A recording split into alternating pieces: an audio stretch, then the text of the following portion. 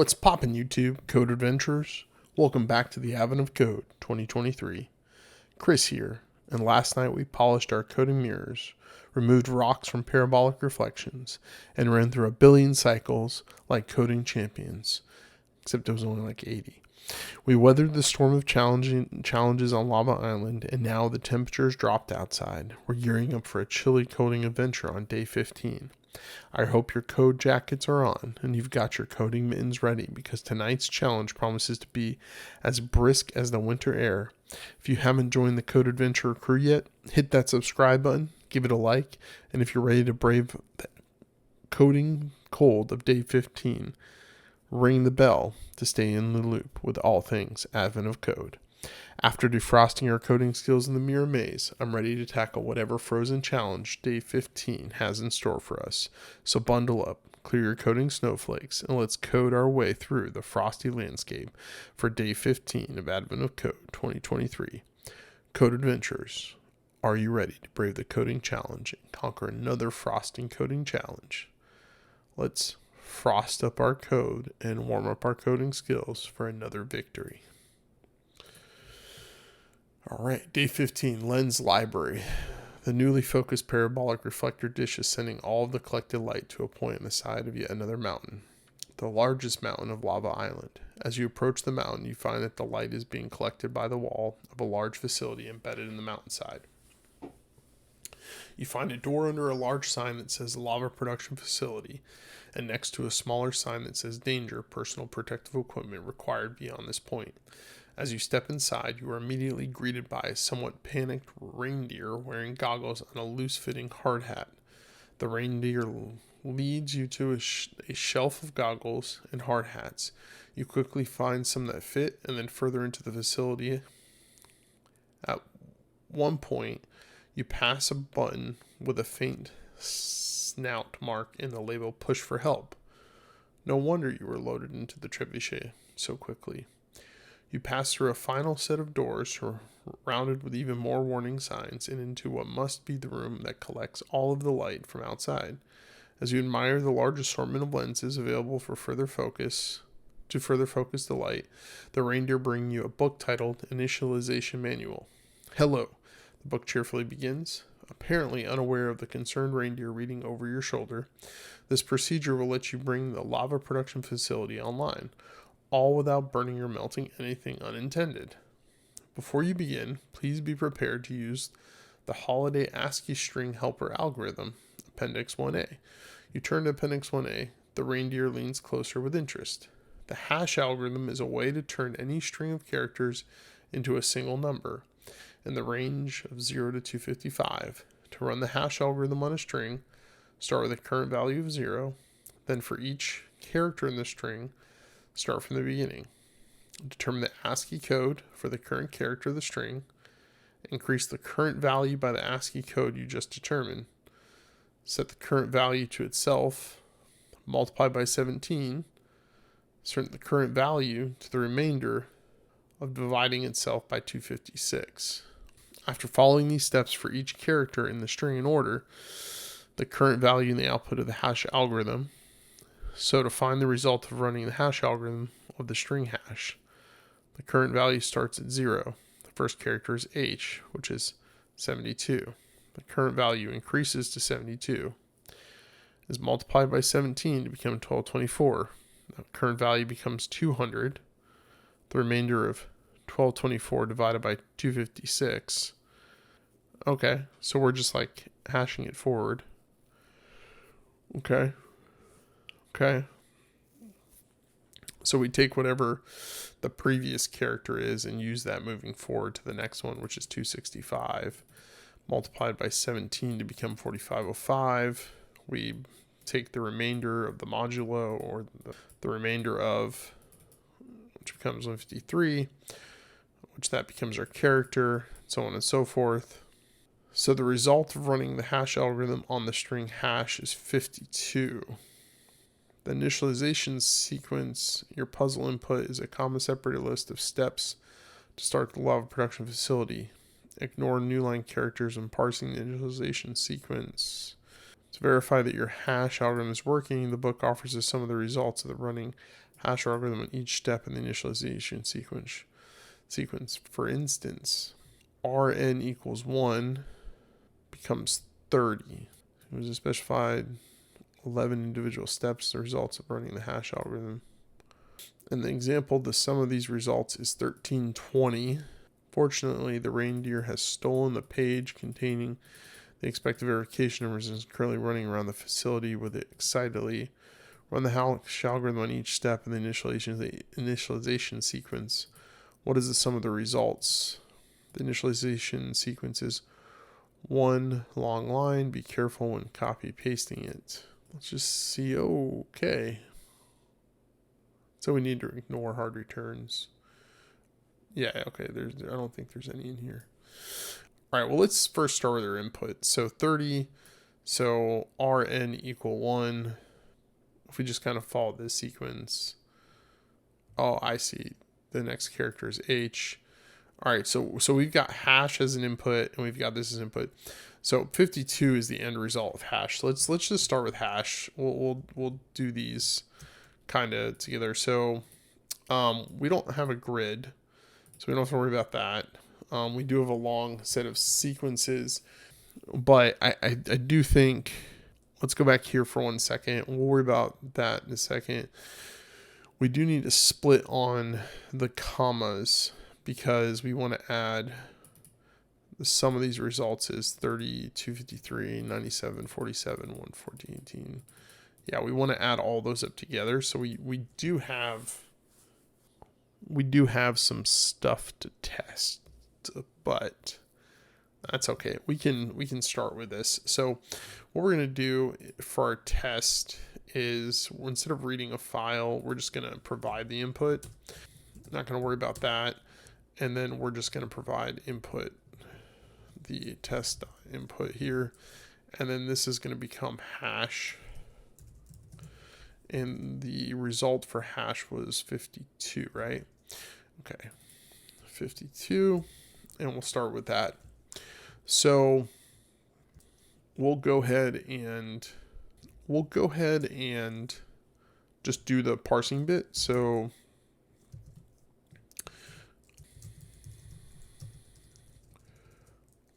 we'll call it sequence in range of s strings dot split, and we're going to split this on the comma. Okay, and that's going to give us all of our sequences. We're going to go ahead and remove that, and we're going to go ahead and do a score here. And so this should be,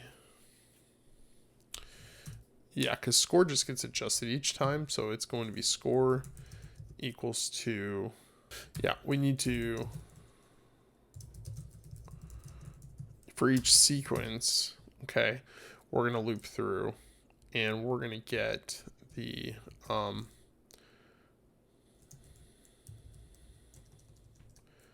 this is just the hash total, which is going to be 0. And so let's go back to we're starting at 0.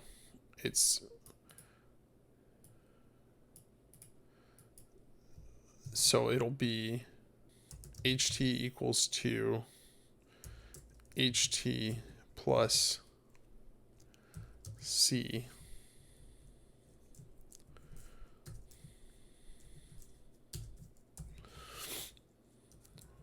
times 17, right? Times 17, which will give us our 1224. And then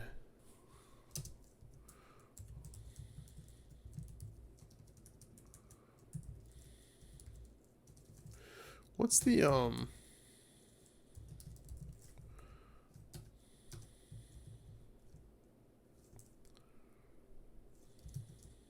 256?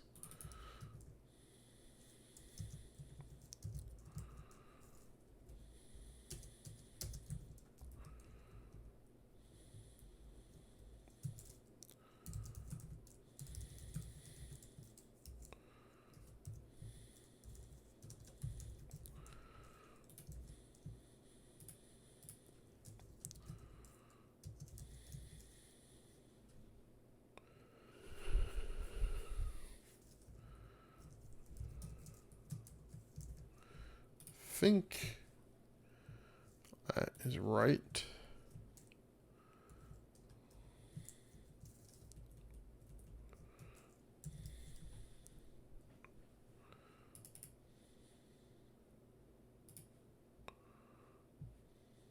Yeah. All right. So that's done.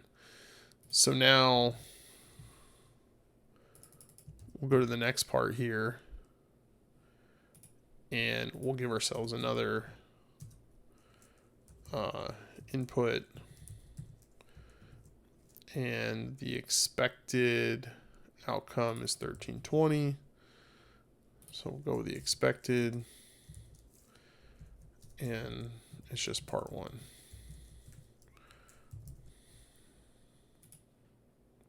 All right, cool. So now if we take our input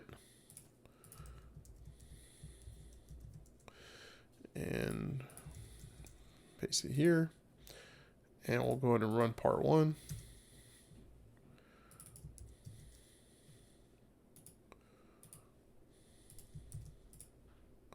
Awesome, part 1 complete. Let's take a look at part 2. You convince the reindeer to bring you the page. The page confirms that your hash algorithm is working. The book goes on to describe a series of 256 boxes numbered 0 through 255. The boxes are arranged in a line starting from the point where light enters the facility. The boxes have holes that allow light to pass from one box to the next all the way down the line. Inside each box there are several lens slots that will keep a lens correctly positioned to focus light passing through the box. The side of each box has a panel that opens to light, insert or remove lenses as necessary. Along the wall running parallel to the box is a large library containing lenses organized by focal length, ranging from 1 through 9. The reindeer also bring you a small handheld label printer. The book goes on to explain how to perform each step in the initialization sequence, a process it calls the Holiday ASCII String Helper Manual Arrangement Procedure, or hash map for short. Each step begins with a sequence of letters that indicate the label of the lens of which the step operates. The result of the running hash algorithm on the label indicates the correct box for that step. The label will be immediately followed by a character that indicates the operation to perform, either an equal sign or a dash. If the operation character is a dash, go to the relevant box and remove the lens with a given label if it is present in the box. Then move any remaining lenses as far forward in the box as they can go without changing their order, filling any space made by removing the indicated lens. If no lens in that box has the given label, nothing happens. If the operation character is an equal sign, it will be followed by a number indicating the focal length of the lens that needs to go into the relevant box. Be sure to use the label marker to mark the lens with the label given in the beginning of the step so you can find it later. There are 2 possible situations. If there is already a lens in the box with the same label, replace the old lens with the new lens. Remove the old lens and put the new lens in its place, not moving any other lenses in the box. If there is not already a lens in the box with the same label, add the lens to the box immediately behind any lenses already in the box. Don't move any of the other lenses when you do this. If there aren't any lenses in the box, the new lens goes all the way to the front of the box. Here's the content of every box after each step in the example initialization sequence above. Okay. What makes it box 0 versus box 1 versus box 3?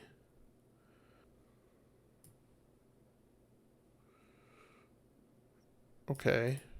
The book goes, describe a series of 256 boxes, numbered 0 through 255. The boxes are arranged in a line starting from the point where the light enters the facility. Of holes.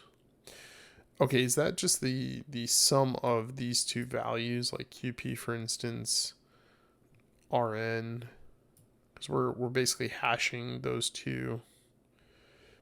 Okay, let's just read on. All 256 boxes are always present. Only the box that contains any lenses are shown here.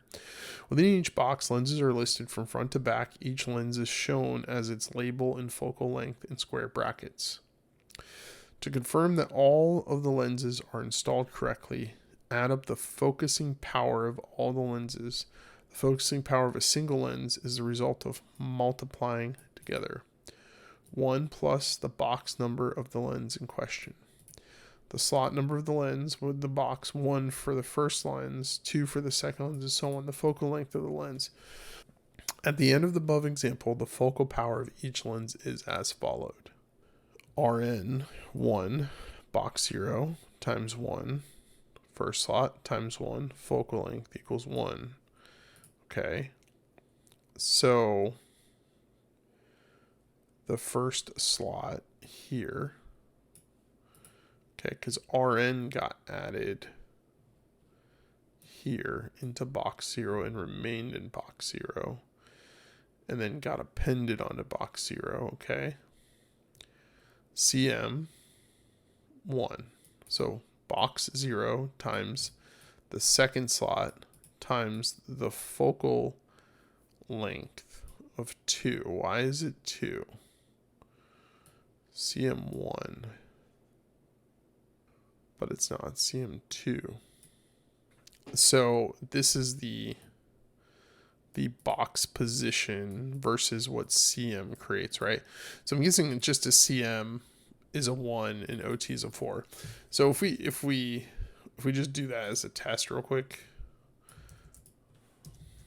if we do Cm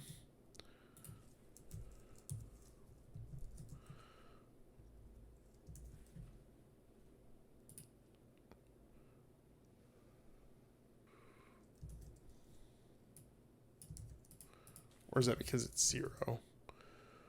Let's try OT.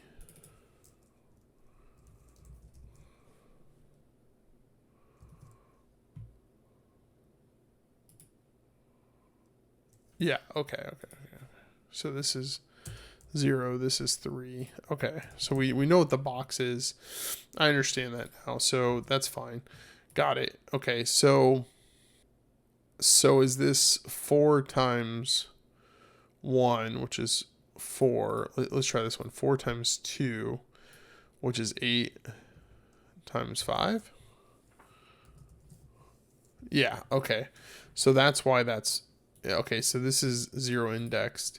So we're going to want it. Got it. So that will just be the key. That's not a problem. So then what we have then is just a slice of values. The only thing I'm a little unsure on is PC minus.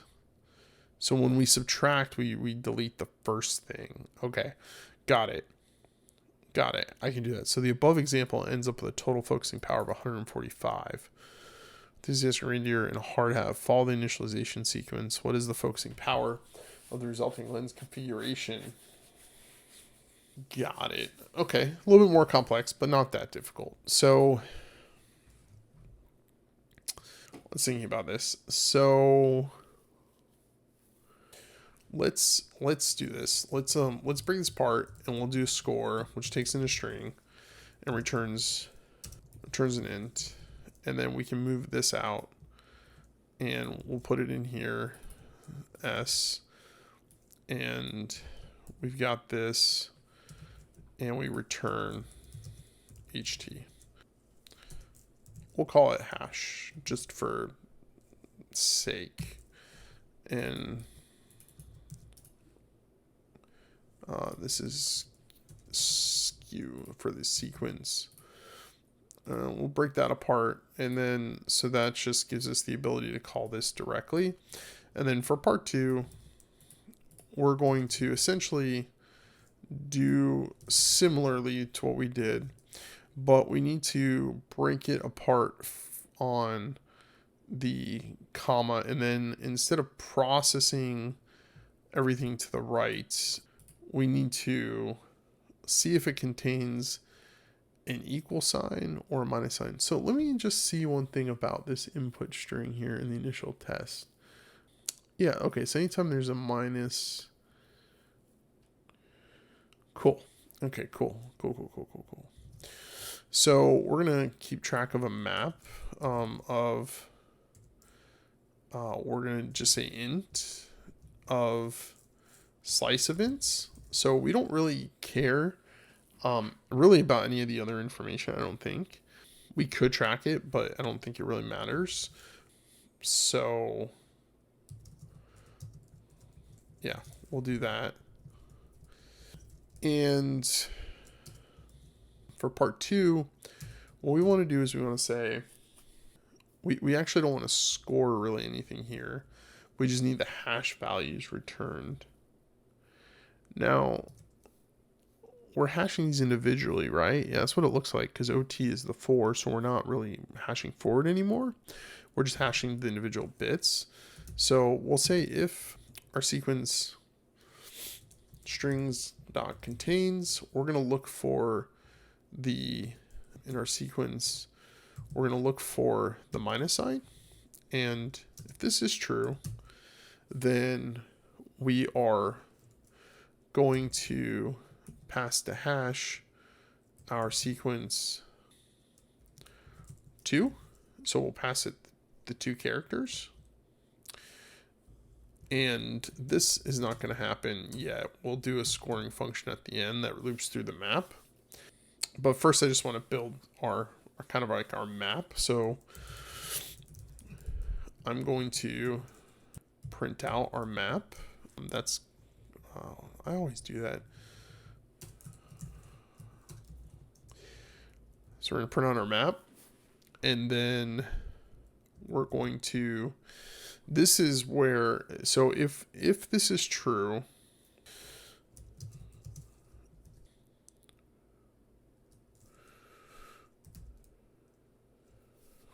if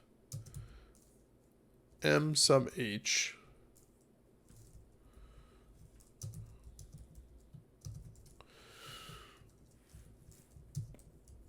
so if we have it, we're going to set v equal to v sub 1, and that will delete the furthest, because if we look at our rules and you look at this example here, I won't go through the rules a whole bunch, but we have PC minus, so we had this PC4 OT9 etc.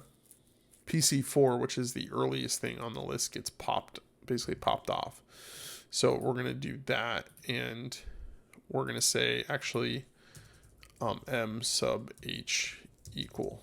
So we'll just go ahead and set that. Okay, that's that, and then we'll continue. That'll kind of be our I don't know, base case, if you will. The other factor is, let me just make sure, does the delete, if the operator character is a dash, go to the relevant box and remove the lens with the given label if it is present in the box. So we do have to, we do care about the label. Okay, so that changes things just a little bit.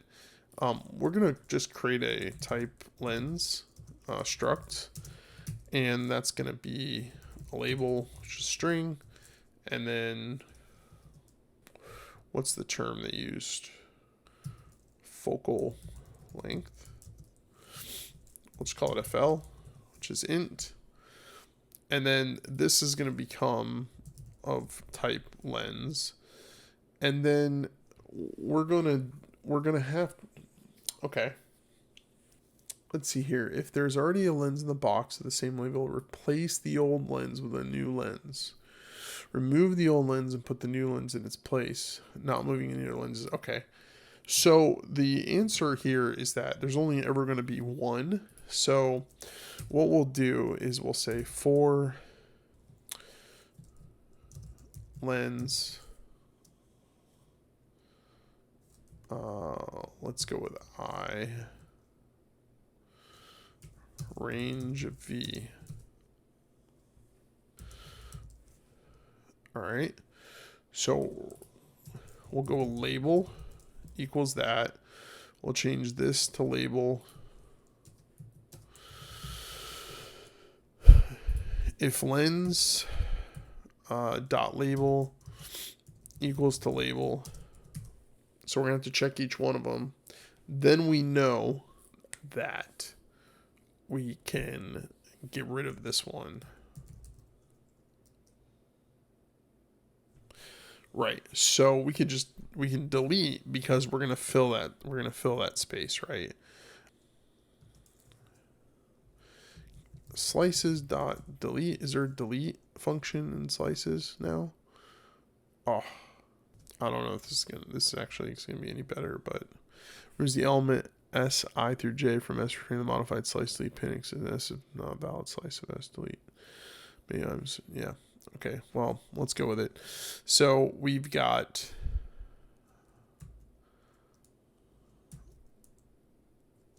V.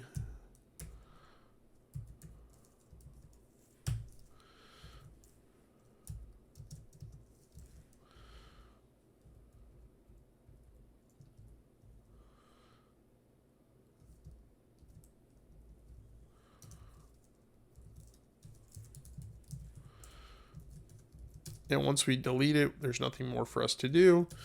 And then we can continue.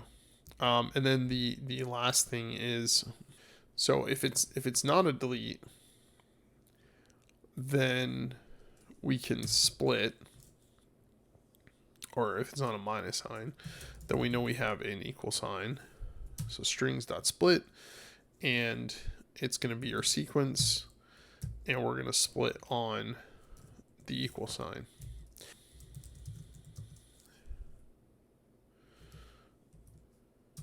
And so our label is equal to items sub 0, and our focal length items sub 1.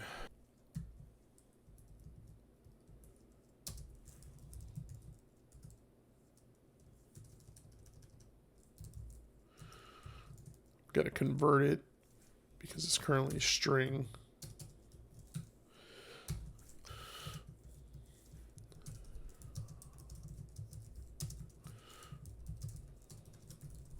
We'll just panic here because, again, this is just puzzles. We don't really care.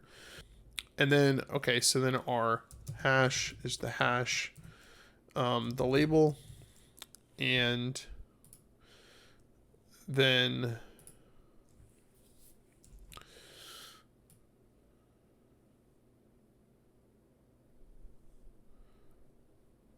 we're going to do something very similar to this, where we're going to check to see if it's okay, and we're going to do that. Otherwise, which I typically won't do an else, but I'm going to do an else here, equals. I prefer if continues. It just helps with logic thinking, in my opinion, instead of doing if else's. But in this case, I think it makes sense. Perhaps that's an indicator I should functionalize this a little bit more, but I'm not going to. So we're going to take this and we're just going to say that it's a slice of lenses, and our lens is, we probably don't need that. Our label is our label, and our focal length is our focal length. This can change to FL. Right. Okay, that's good. And then this is simply going to do this. So instead of deleting,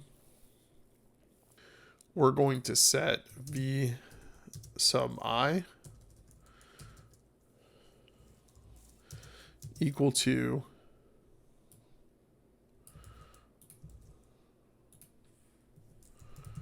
our lens.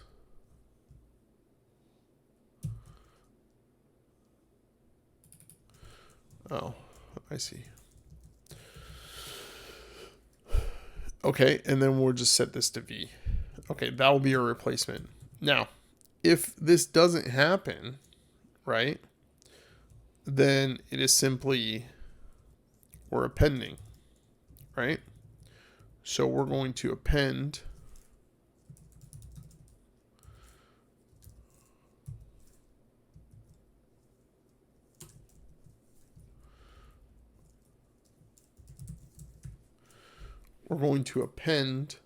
label. And that should be it. Right? First pass. Let's go.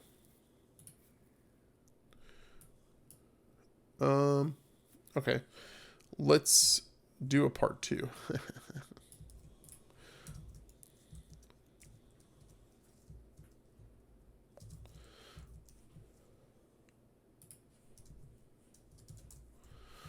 And this is our input.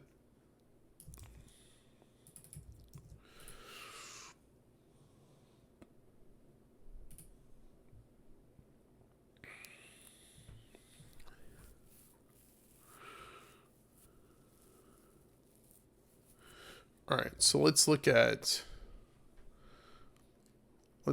this. So end state should be this. So let's just take a look real quick. So box 0 has lens RN, FL1, and CM, focus length 2. Box 1 is labeled QP, focus length 3. And then box 3, we'll have to look at that one. QP is interesting. Box 3 has PC, focal length 6, OT, focus length 7, and AB, focus length 5. Now, why did that happen where PC... All right, let's look at QP for a second. QP... Okay, the delete must not have happened on 1. Okay, let's see.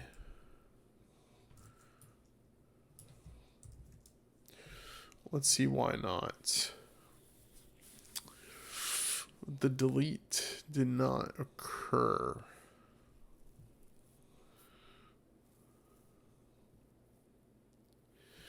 Delete removes the element S, I of J from S, returning the modified slice. Delete panics if slice S delete.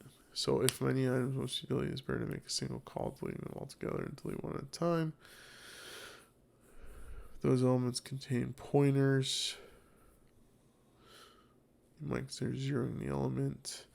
Do I have to do I plus 1 here for the delete to take place?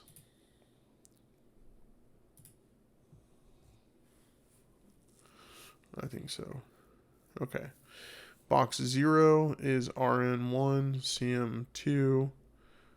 Box 1 is empty. Okay, we can handle that. And then box 3 is OT7, AB5, and PC6. Okay, so that all looks good. So we'll just ignore the... when we score this, we'll just ignore the empty hash. So, okay, so scoring. So the one problem we're going to have in Go is that we have to process these. Actually, we don't really need to process these in order because we have the key, and the key is going to be the box plus 1. So we could just get the key, and then the rest of this is just the index, which is 0 plus 1, or index plus 1, and then the focal length itself. So, yeah, so let's do that. So we can get rid of this. So for lens, what's the terming they use? I really don't care about speed, but here's the contents with the help of over enthusiasm was the focusing power of example plus the number of lenses in question. Now, whatever. We'll just call it we'll just call it H range. Actually, we do need the key and we need the value, so we'll do that from hash hand. Oh, that's funny. What did I call? Did I just call it H? I want to call it M for the map. Terrible namings, but okay, let's do it. And then let's see here. So for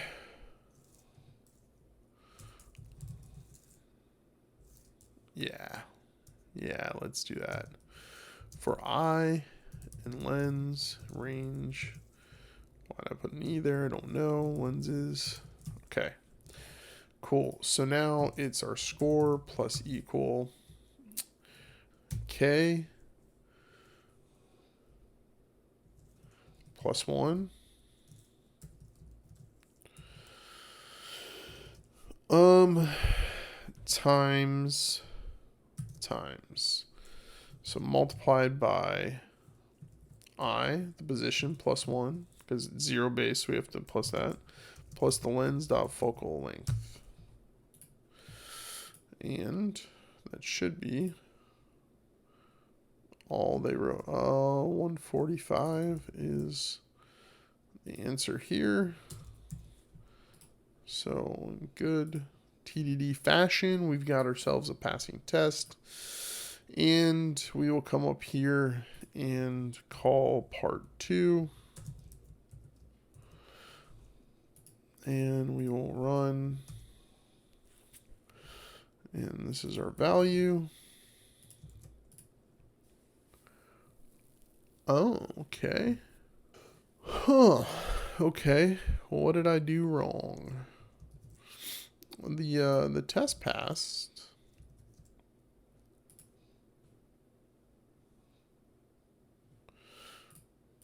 Part 2. Same input. Okay. I don't need that. There's got to be something in the rule that I'm missing.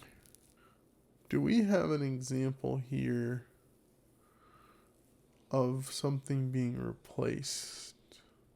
I don't think so. If I take my test and let me just add PC equals 7.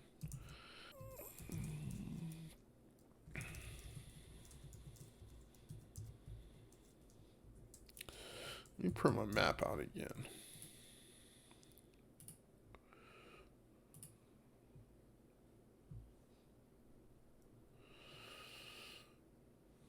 $157. Okay. What if I do AB minus?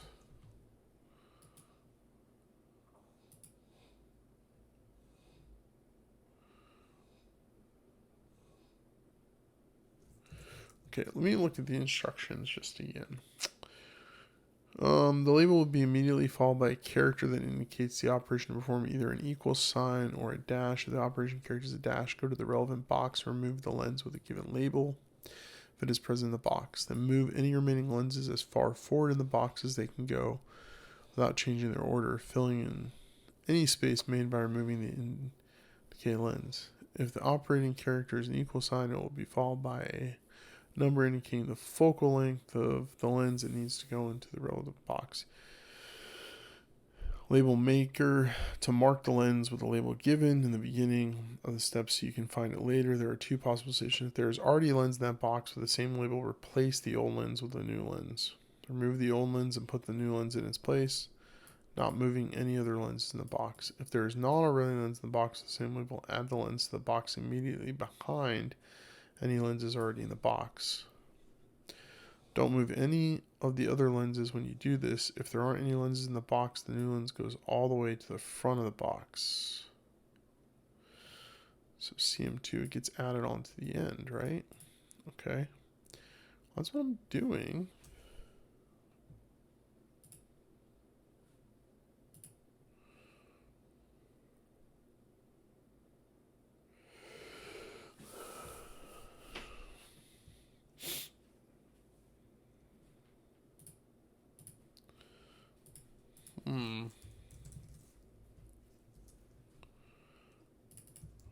Did I copy it correctly? So right, if you're stuck, make sure you're using, there are also some general tips. Okay, let's look at this data.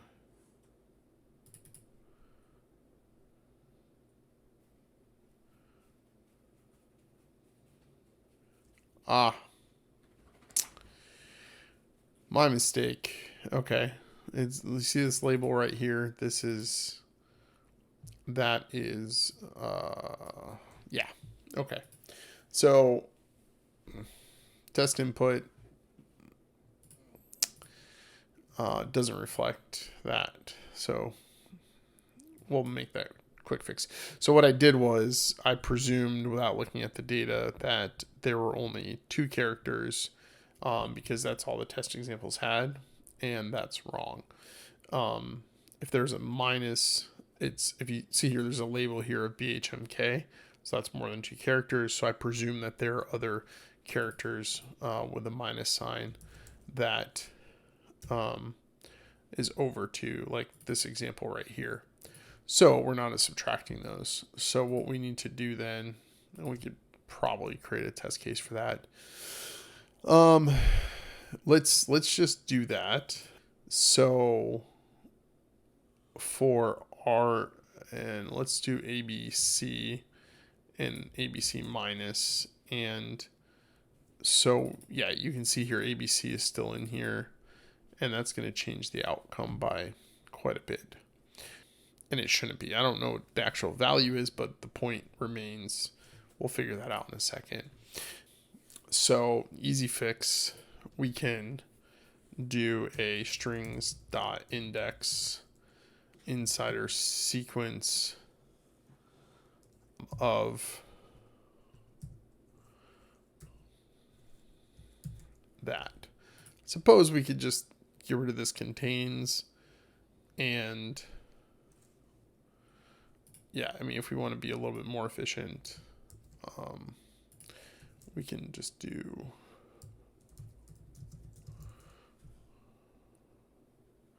because this index should return -1, yeah, if minus greater than -1.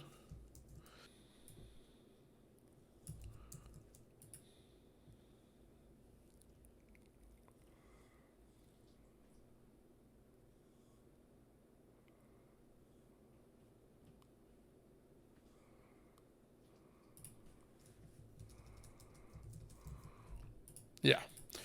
So let's run our tests, and boom.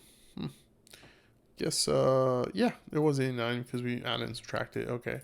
So now that we fixed that, rerun it. A305. Okay. Still not right. There's already a lens in the box with the same label. Replace the old lens with a new one. We remove the old lens and put the new lens in its place. I'm pretty sure that's happening. There's not already a lens in the box with the same label. Add the lens to the box immediately behind any lens already in the box. Well, we know this example is working now, right? Just make sure.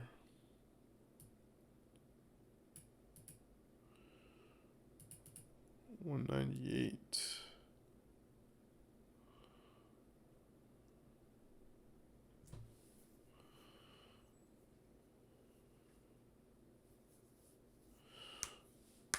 Yeah, it's completely empty.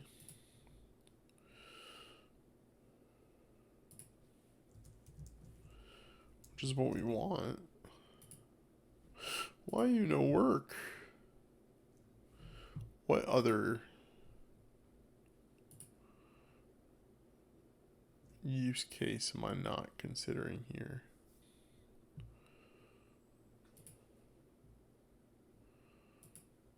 Let's check the delete.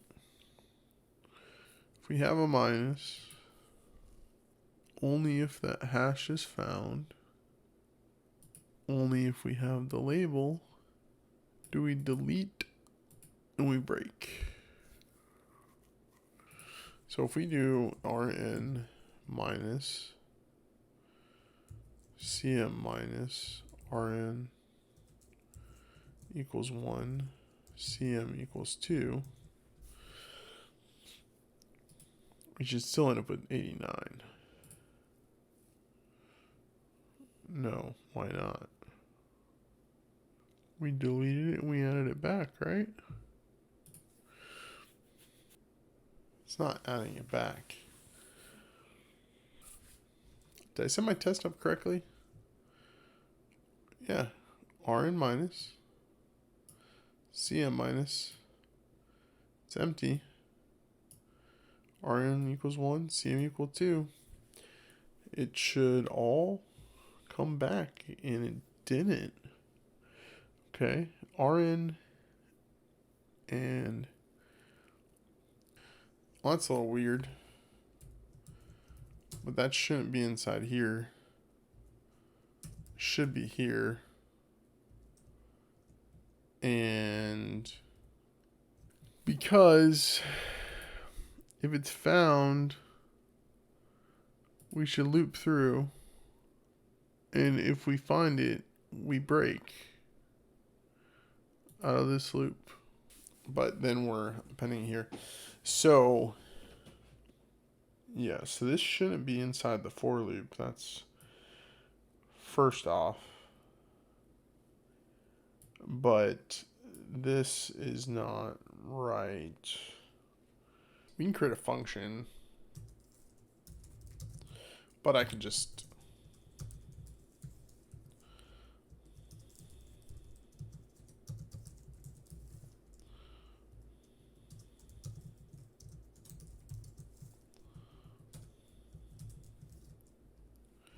do that.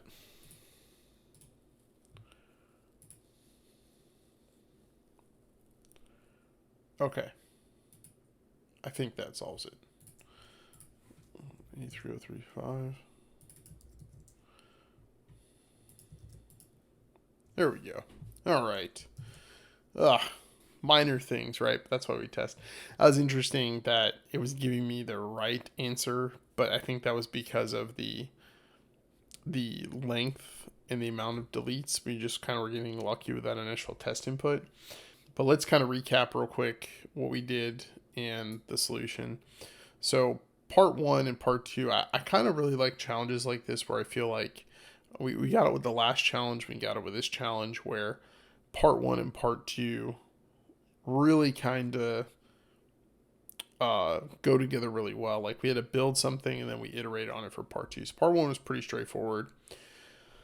We'd taken a string and we split it by the comma, and that is a set of sequence, and each sequence has to be hashed, and the hashing algorithm was pretty straightforward.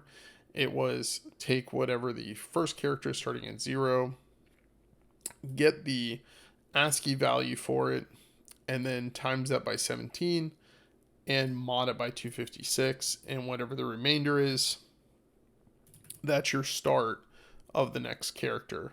And so we just round robin that until we end up with a final character at the very end.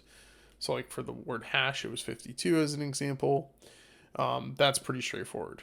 And then this second portion, we ended up with taking that same input, but now it was modified slightly that either we ended up with a minus or an equal sign. And if there was a minus, if it ended in a minus, then we needed to essentially remove that label from a set of slice.